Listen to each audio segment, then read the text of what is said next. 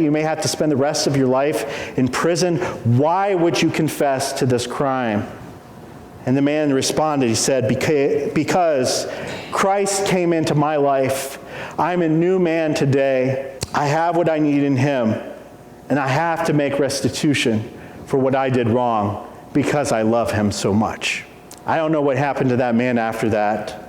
Hopefully he didn't get the full sentence, but the amount of faith that prompted him to make restitution shows you the power of a changed heart. You don't do these things to get saved. You do these things because you're saved, because you love Christ. Zacchaeus was not saved because he gave away his money, because he made good all those things that he did wrong. He did those things because he was saved, because he had a joyful, true, sincere, genuine love of Jesus Christ.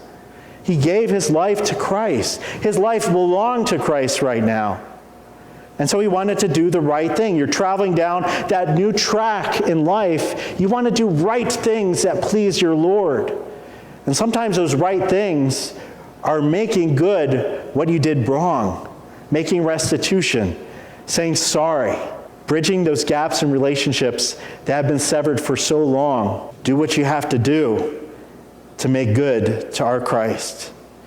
We see right here, I love this. If you're looking at this story in isolation, it's always wonderful. But when we look at it in context, we see one more thing that's very interesting here. What is this passage almost completely right after? Another account of a very rich man who had money as the idol of his life. And Christ came into that man's life and said, listen, you could have eternal life. You could have salvation. You just need to get rid of this idol that's holding you back from God. And that man said, no. I'd rather have my idol. I'd rather have my stuff. And what does that text tells us? He went away sad. Jesus then said, it is harder for a rich man to go to be saved than a camel going through the eye of a needle. Well, ladies and gentlemen, buckle up, because a camel is going through the eye of the needle just 2 passages later. A rich man is saved. A rich man who has wealth as his idol finds that he trades that idol away gladly because of his saving faith in Jesus Christ. It is not impossible for anybody to become saved. Christ can come into everybody's lives and help them give up what idols they have for him out of his love.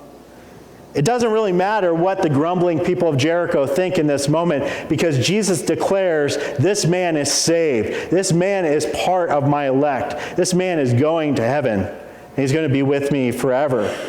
And as verse 10 says, it's like, this is who I'm about. This is my mission statement. I have come to seek and to save the lost.